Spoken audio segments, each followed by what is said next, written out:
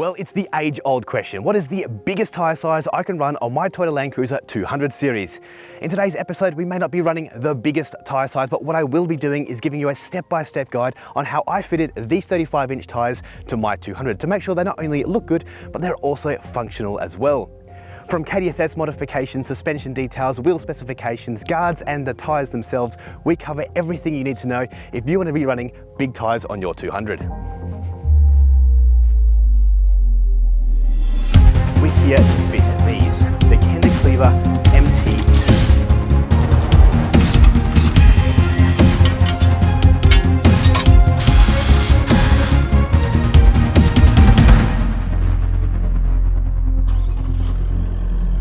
Now firstly, there are many different models and specifications of a Toyota 200 Series Landcruiser. Now for context, in today's episode, I'm going to be working on my 2014 pre-facelift version, which also happens to be a Sahara spec as well, which does mean that we have to deal with that KDSS system. The VX and Sahara 200 Series come from factory with a tyre and wheel package like this one here. This is a 285/60 R18. It has a total tyre height of about 31.5 inches. Now the most popular upgrade for a 200 Series Landcruiser is to upgrade it with something like this. This one here is a 285/65 R18, and although only slightly bigger in size, what it allows you to do is to choose a more aggressive or stronger tyre, just like I have here with the Maxxis Mud Terrain. Now I've previously done an episode where I have fitted these. This is the BF Goodrich 305/65 R18, and you can see it's a significantly bit bigger than the previous two. This one here sitting at a total tyre height of about 33.6 inches. But today, we're here to fit these, the Kenda Klever MT2s, which sit at 35 inches tall, 12.5 inches wide, and still retaining that 18-inch diameter. So you can see here that this tyre here is significantly bigger than the previous tyres I've fitted in the past. Let's start with the wheel specifications required to fit these larger tyres. Now with the 200 Series, the VX and Sahara models have the 18-inch wheels, while the GX and GXL models come with a smaller 17-inch diameter, and this is simply because the higher spec models come with larger brakes in the front. Now it is possible to fit some aftermarket 17-inch wheels to these VX and Sahara models, but it does leave very little clearance between the inside of the wheel and the brake caliper. Now I personally have chosen to stick with the 18-inch wheels, and although these particular wheels have seen better days, they are the Method NV305 in a matte black. They're an 18x9-inch wide with a positive 25mm offset. Now the offset is an important part to consider when fitting 35-inch tyres. A positive 25 will push these tyres right out to the edge of the guards, but anything less than that and we run the risk of rubbing inside in these inner guards or on the KDSS arms. Now of course the next consideration for fitting larger tyres is suspension. You don't need anything too crazy to make 35-inch tyres fit, but you will need some sort of suspension lift just to give some more room in each of those guards for that larger rubber to fit. Now a few years ago I had the popular ARB Old Man Emu BP51 Stage 2 suspension system fitted to the cruiser. This includes bypass remote reservoir shock absorbers and 2-inch lifted front springs with 1-inch lifted rear springs. Now the reason for the larger lift in the front is to reduce or eliminate that front rake of the stock vehicle, or the posturing whereby the front of the vehicle is angled down towards the road. Now the only thing that I've changed since having the system fitted a few years ago is the rating of the rear springs. They were 400 kilo constants, but due to the weight of the vehicle and the fact that we were frequently towing, I've now swapped them out to be 600 kilo constants. Now in addition to the aftermarket wheels and suspension fitted to the cruiser, there have been a few supporting mods that I've already had installed on the cruiser to support my previous setup, and it will be required for fitting large tyres like these. Now it comprises primarily of three things, the first one being a front differential drop. Now these spacers drop the front differential by approximately 25mm and help reduce the severity of the angle of the CB drive shafts on the front axle. Now it's not absolutely required, but it's definitely recommended for any lifted suspension to prevent premature wear and tear or damage to those fragile CB joints. The second supporting mod is the adjustable rear panhard rod in the rear of the cruiser. This rod in the rear of the cruiser adjusts the left-right alignment of the rear axle and is important when fitting wide offset wheels. So when lifting a 200 Series Landcruiser, the higher you lift the vehicle up, the further the axle will shift to the driver's side of the vehicle. And this is just the geometry of the suspension and how it all works. Now, it's not so much of an issue if you're running stock wheel and tyres, because they will be well and truly in the guards and it really won't be that noticeable. But when you're running much larger rubber with large offset tyres, it becomes fairly evident. You can definitely see more tread on the driver's side of the vehicle than you can on the passenger side. So having the ability to install the adjustable panhard rod and adjust it to the necessary length for the suspension lift will mean that we have our rear axle dead center in the vehicle, which will not only look good, but mean that our alignment will be perfect and in line with the front wheels too.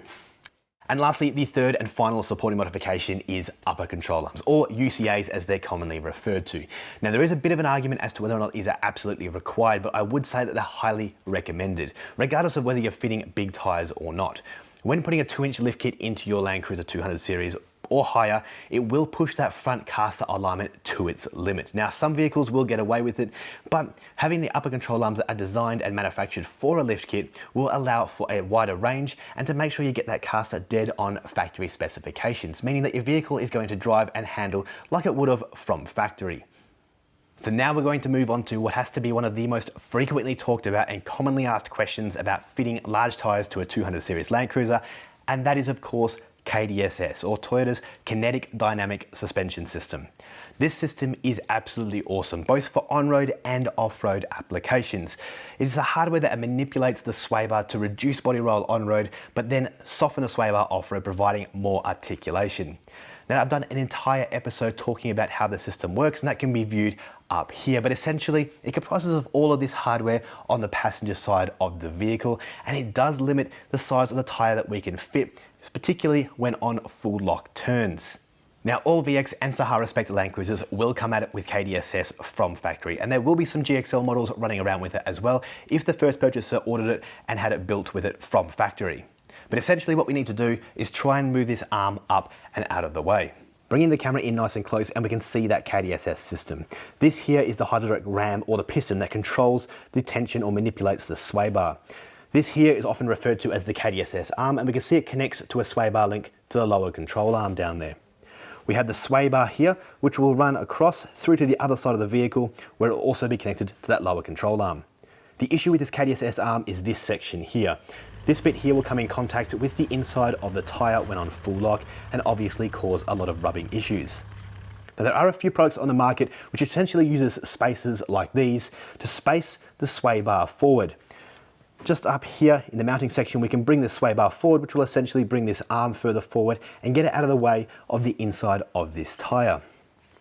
The problem with a spacer like this though is it will bring it forward, however it will also put some significant strain and an angle on this lower bushing down here connected to the lower control arm. What that will often do is cause early bushing failure, premature wear and tear, and cause further issues down the track. Now, truthfully, this is the reason I haven't fitted larger tyres or modified the KDSS arm to date. So what's convinced me to change after all of these years and finally fit some bigger rubber is the discovery of this product by Nitrone Auto. Links will be in the description below, but essentially we will be using these spacers, one on each side of the vehicle, to relocate that sway bar mount about an inch further forward, which will bring that KDSS arm forward. But in addition to this, and what makes it different from other products on the market, is the inclusion of this plate here, one for each side that will mount up underneath the lower control arm. What this allows us to do is relocate that sway bar link on the lower control arm about an inch forward as well, which means that we'll retain the geometry of the sway bar and the KDSS linkages, which means we won't have all of the extra stress placed upon the bushes, and we'll retain the factory geometry. The Nitrone kit comprises of a pair of sway bar spacers, a pair of lower control arm mounts, and all of the hardware needed to fit onto the cruiser. The high quality materials and the manufacturing processes mean that not only will it perform well, but it will look good while doing so. The kit is relatively straightforward in its installation and will only take a couple of hours. Now, the first step is to release the hydraulic lines of the KDSS kit by unscrewing both of the valves on the passenger side of the vehicle. It is important to only unscrew these a maximum of 3 turns and no more. Once released, we can then lift the front of the vehicle, remove the front wheels, and get into the sway bar links. Now, I'm starting by undoing the bolt that secures the sway bar link to the lower control arm. Now, there is a little pressure placed laterally on this bolt from the sway bar itself, so I used a jack to lift the lower control arm, and this allowed the bolt to be removed. The next step is to unbolt the sway bar mounts on the front of the vehicle. There are 2 bolts per side, and this will undo a cap and a bush that secures the sway bar in place. Repeat this on the driver's side as well. Now in my case, I found that I had bent the factory bash plates quite badly over time, and this was restricting the ability to move that sway bar around even when unbolted. So for me, I had to remove the front bash plates to make it a little easier. This is not necessary if your bash plates are in good condition. Now that the sway bar has been freed and is in a floating type condition, we can manipulate its position, and it comes time to remove that linkage from its original position and place it in front of the arm. Now when trying to push the sway bar forward, I noticed that it was getting caught on part of the ARB bull bar mount. So, to allow uninterrupted movement forward, I need to trim just a small piece of that bracket from this side. It should be noted that this is not required in all installations and will depend on what bull bar you have mounted to your vehicle.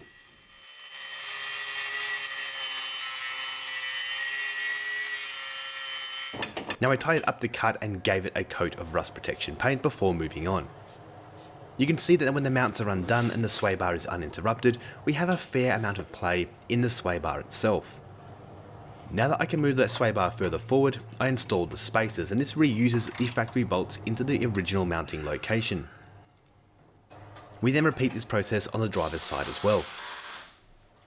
It's now time to install the new Nitrone Auto lower control arm plates. The plates are held in by 3 provided bolts and are fastened through the factory control arm itself. The purpose of this bracket is to provide a new mounting location for that sway bar linkage, and the bracket is still loose so that we can manipulate the linkage into position. Now there is a bit of tension here, so it's a little bit fiddly trying to line up the new longer bolt with the bracket and the linkage. There's also a small spacer that takes the place of where the sway bar linkage used to sit. But once that new bolt is in, it's time to tighten everything up.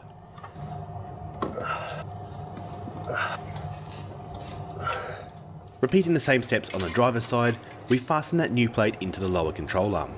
We can then move the linkage into the position in the new forward mount and slip the spacer into the original linkage location. Once everything is lined up, we fit the new extended bolt and again tension all the hardware. Lastly, we need to refit the sway bar bushes and brackets onto the new forward mounted spacers.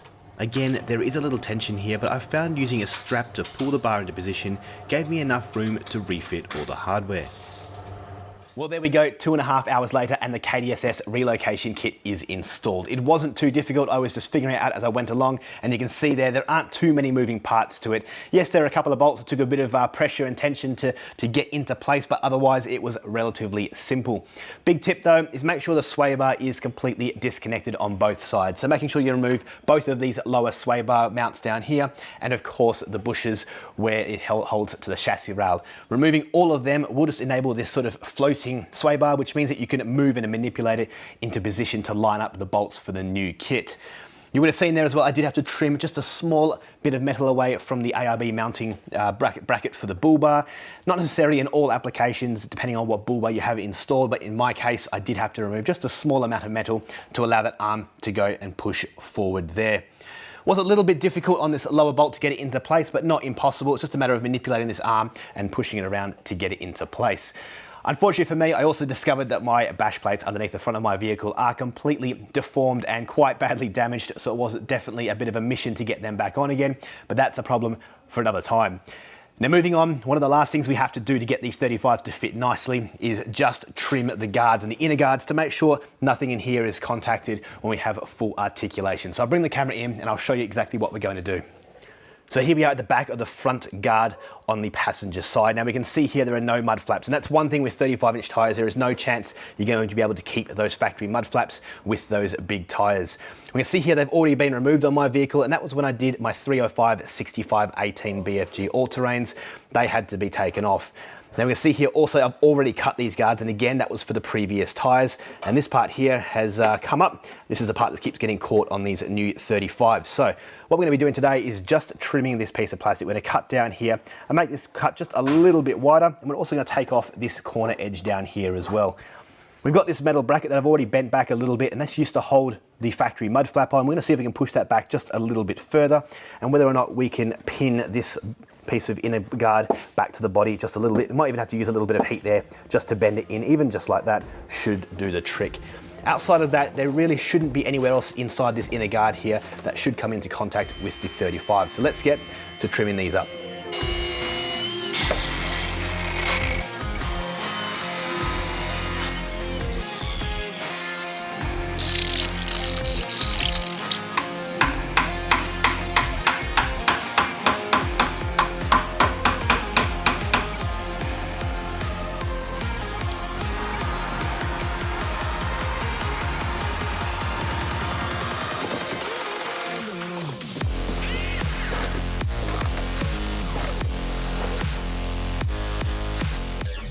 Well, there we have it. We have talked about the wheel specification, the suspension setup I'm running on my Cruiser, some of the supporting mods that I've installed to make this a little bit easier. We've installed the KDSS relocation kit, and of course, we've trimmed those guards, and here's hoping that these 35s will fit. But this brings me onto the tires themselves. There is a huge variety and selection to choose from on the market these days, and I have gone with the Kenda Klever MT2s. Kenda isn't the most well-known brand for manufacturing tyres, particularly in the four-wheel drive and touring type market. But when I'm doing some research on the brand, they've been making tyres since the 1960s, but they don't really rely on the typical heavy marketing approach that other mainstream brands do. They really have accelerated their progress in the four-wheel drive and the racing scene over the last few years. And this Generation 2 mud terrain is the latest product as a result of all of their research and development. These tyres feature a 3-ply sidewall, in addition to these huge lugs present there as well. This not only provides extra puncture resistance, but more rolling resistance against rough terrain, providing extra traction in those boggy situations. Now, the stone ejectors between the lugs are designed not only to flick out huge stones that may get caught up in here, but they also break up the surface tension and the suction that may be created when cutting through thick and sludgy mud. And they also provide even more of that puncture resistance. So we can see here, these lugs as well are designed on a tapered or sort of angled basis across the tyre. And of course, this is by design too. This is so that these huge tread blocks here aren't all hitting the road surface at one time as the wheel rotates. Now, it's in the attempt to try and reduce some of the road noise caused by these going to and from the rough stuff. Now look, I'm under no false pretense that these are definitely going to be a lot louder than an all-terrain or a highway terrain tyre. There's no doubt about that. But anything that we can do to try and soften that noise and increase passenger comfort is definitely a win in my books. So let's get these tyres back on the vehicle, and we're just about done.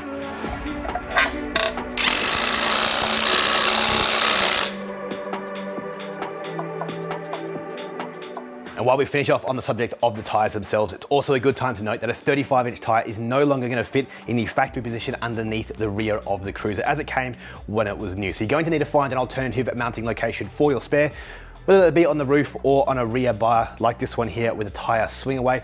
Just keep in mind though, a 35-inch tyre and a new wheel is not a light combination. So whichever way you have it, make sure you have the ability to actually get it on and off from that alternative location as well. Now, once everything is fitted and tightened, there's only one thing left to do, and that is to take it for a test drive. First up are some on-road speed bumps, just to make sure the suspension is still functioning correctly. After some on-road driving and some turns, we head out to the gravel. The first check is to make sure that we are clearing that KDSS arm on full lock right turns. We could see that before, when turning full lock right, regardless of the suspension condition, we were scrubbing the inside of that tyre. Now, with the kit installed, although it is close, there is no scrubbing at all, and we clear both the arm in the full lock left and right conditions. The next test is articulation. This test is attempting to place the vehicle's weight onto opposing corners to compress and expand the suspension accordingly to make sure that these new tyres won't rub on any parts of the guards, suspension components, the KDSS arms, or anything else.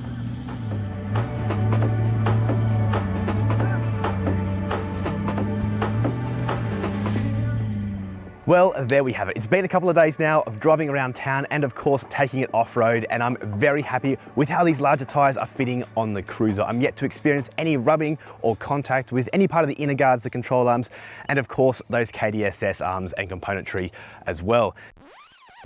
So I just wanted to pause it here to mention two things very quickly after some more extended testing. So I've just spent 2 weeks in the Victorian high country chasing some of the harder four-wheel drive tracks with this setup. And in the space of those 2 weeks, I found there were about 5 or 6 occasions where we did experience just a little bit of scrubbing or rubbing from these tyres. The majority of them coming from the front tyres. And what I found it to be is just the tyre tread or the blocks themselves coming into contact with the plastic parts on the rear of those guards. Caused no damage whatsoever, and it was fairly minor. As a result, I'm not going to be changing anything on my setup.